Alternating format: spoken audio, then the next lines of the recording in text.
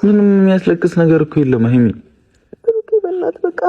እኔ እሺ ምን ላድርጋቸው? እኔን ሳትረጂኝ ምን ላድርጋቸው? እሺ ምን ላድርጋቸው? እሺ እኔ ምን ልሆን? እሺ እኔስ ምን ልበላቸው? እኔ ምን ላድርጋቸው? አላውቅም። በቃ የምታደርገውን ነገር አድርግ ኦኬ። በቃ አንተ ማድረግ ያለብህን ነገር አድርግ። በጣም ብዙ መማር መታረም ይቀርሃል አንተ። በቃ መልካም ሁሉ እመኝልሃለሁ። ከዚህ በላይ ነው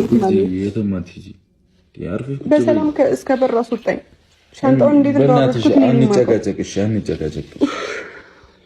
አንጨቃጨቅሽ እንዴ! ዝም ብሎ ከመሬት ተነስቶ የሚወጣ ነው ይሉጣልሽ። በቃ ይኸው መውጣታ ሁሌ በዚህ ጉዳይ እንጨቃጨቅ። እወጣለሁ አትወጪም?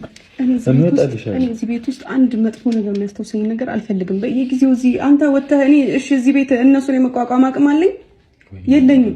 እሺ ለኔ ታያቸው እነሱ እኔ ላስተካክሎሽ። እኔ እኮ እንድናገራትም እኮ አልፈቀድሽልኝም። ሄጄ ላውራት ስልሽ እምቢ አልሽኝ አይደል? ተቆጣሽኝ አይደል? ቁጭ ብዬ አየዋልኩት። ምን ታወራታለህ?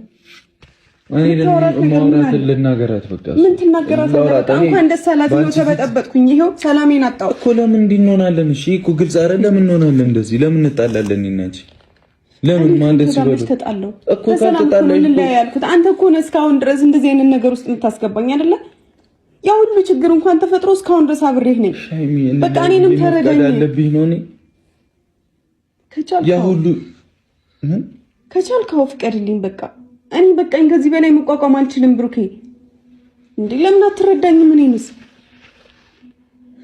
እንዴ በእኔ ቦታ ሆነህ አስብ እንጂ። እኔም እኮ ያለ መከበር ስሜት እየተሰማኝ ነው። የትኛውም ሴት እየመጣ አንዷ አርግዛ ትመጣለች፣ አንዷ የሆነ ነገር ነገም ደግሞ ሌላ ነገር። የዩ ነገር ከኔ ጋር አይገናኝም። በእናትሽ ስለሷ መስማትም አልፈልግም። ተዋት። ያለፍነው ነገር እኮ ይሁን በሚለው ታልፏል አይደለ?